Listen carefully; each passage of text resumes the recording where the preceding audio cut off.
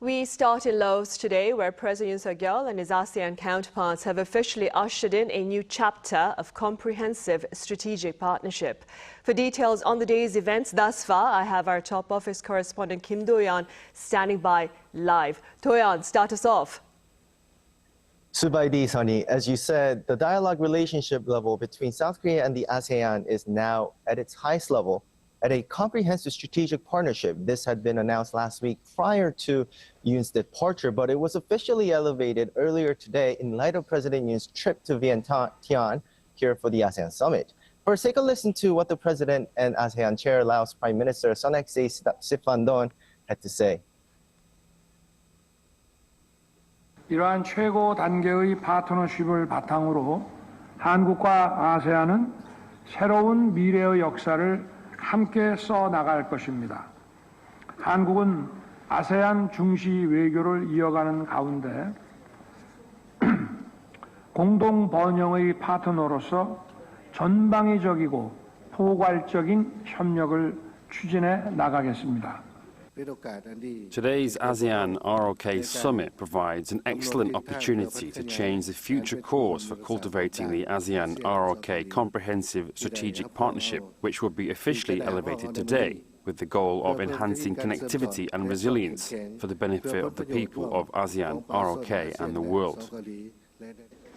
Now, to put this milestone into context, only 5 out of 11 nations that are in dialogue relationship have won at this highest level. The two sides adopted a joint statement also to detail the cooperation in terms of the security aspect. South Korea and the ASEAN touched on each other's major issues, as both sides confirmed to, quote, affirm the importance of maintaining and promoting peace, stability, security, safety, and freedom of navigation in and over flight above the South China Sea in accordance with international law, while ASEAN members backed President Yoon's August 15 unification doctrine, a push for the resuming of peaceful dialogue with North Korea, with denuclearization and maintaining peace on the Korean Peninsula. The two sides have agreed on specific ways to enhance economic, environmental, and civilian exchanges as well. There will be a group created for South Korea to assist ASEAN members to digitalize, while another to reduce methane gas emissions.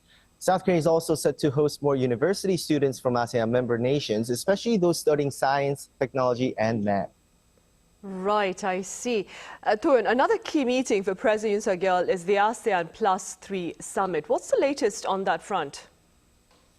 That's right, Sunny. The ASEAN +3 Summit is where ASEAN members and the leaders of South Korea, Japan, and China hold a summit.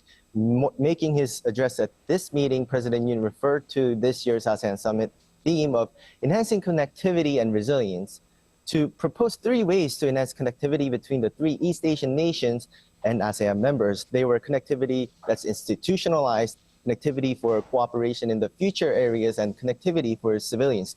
Take a listen. 특히 올해의 아세안 정상회의 주제가 연계성과 회복력의 강화인 만큼 대한민국은 영내 자본과 물자 그리고 사람이 더 자유롭게 흐를 수 있도록 연계성을 강화해 나가고자 합니다. 연계성이 제고되면 위기 앞에서 우리의 회복력도 좋아질 것입니다.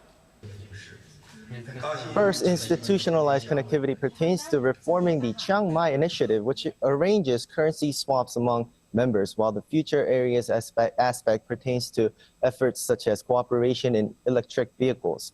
As for the engagements that are coming up, President Yoon is set to join the participating leaders at a gala dinner hosted by the Laos Prime Minister later this evening. Also, before he returns to Seoul tomorrow, he will join the East Asia Summit, where 18 leaders are set to join in for a meeting. It's notable that the U.S. Secretary of State Antony Blinken and Russia's top diplomat Sergei Lavrov will also be present at this meeting. That's all for now. Back to you, Sunny. All right, Do-yeon, thank you for that coverage. That was our top office correspondent Kim Do-yeon reporting live from Laos on President Yoon's ASEAN-related agenda.